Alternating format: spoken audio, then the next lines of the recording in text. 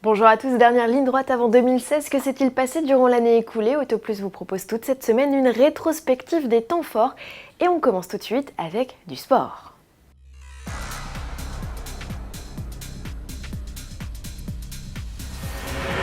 Avant de jeter un coup d'œil sur l'année sportive écoulée, je vous propose de découvrir la première image du Vision Car de BMW. Dans le cadre du salon de l'électronique de Las Vegas, le constructeur présentera un concept de planche de bord intégrant une évolution de son système de contrôle gestuel. C'était l'une des nouveautés phares de la série 7, la possibilité de monter le son ou de changer de station de radio par simple mouvement d'un ou deux doigts.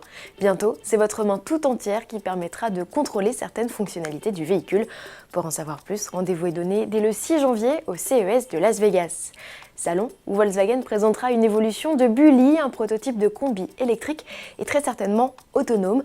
Le constructeur parle en effet d'un véhicule intelligent. En attendant de connaître les détails du van, on le découvre dans une très courte vidéo, un projet qui pourrait prendre le chemin de la série dès 2017.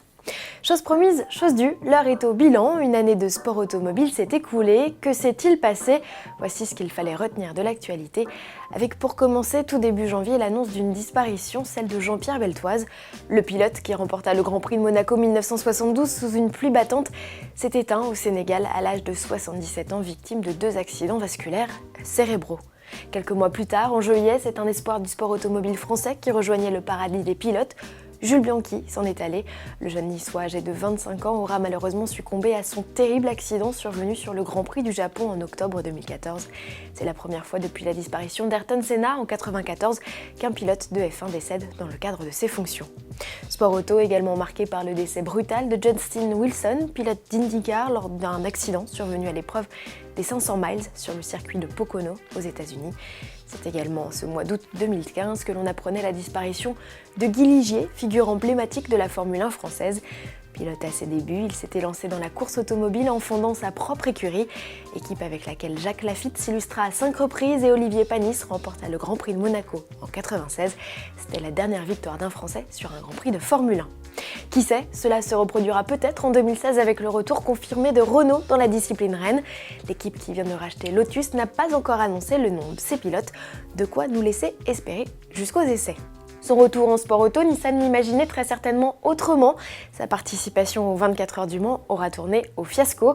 Deux de ses innovantes GT-R LM Nismo, une traction à moteur avant, ont dû abandonner et la troisième ne fut même pas classée. Porsche de son côté peu fanfaronné, après une année d'apprentissage en 2014, le constructeur a concrétisé en 2015 avec une victoire aux 24 heures du Mans. La firme s'illustre même en championnat du monde d'endurance avec un titre pilote et constructeur. Un doublé dont peuvent également s'enorgueillir Sébastien Ogier, Julien Ingrassia et Volkswagen. Le pilote français et son copilote auront une nouvelle fois dominé de la tête et des épaules la saison de rallye, décrochant à l'arrivée leur 3e titre de champion du monde. Allez, plus que 6 couronnes mondiales à décrocher pour égaler le score de Sébastien Loeb.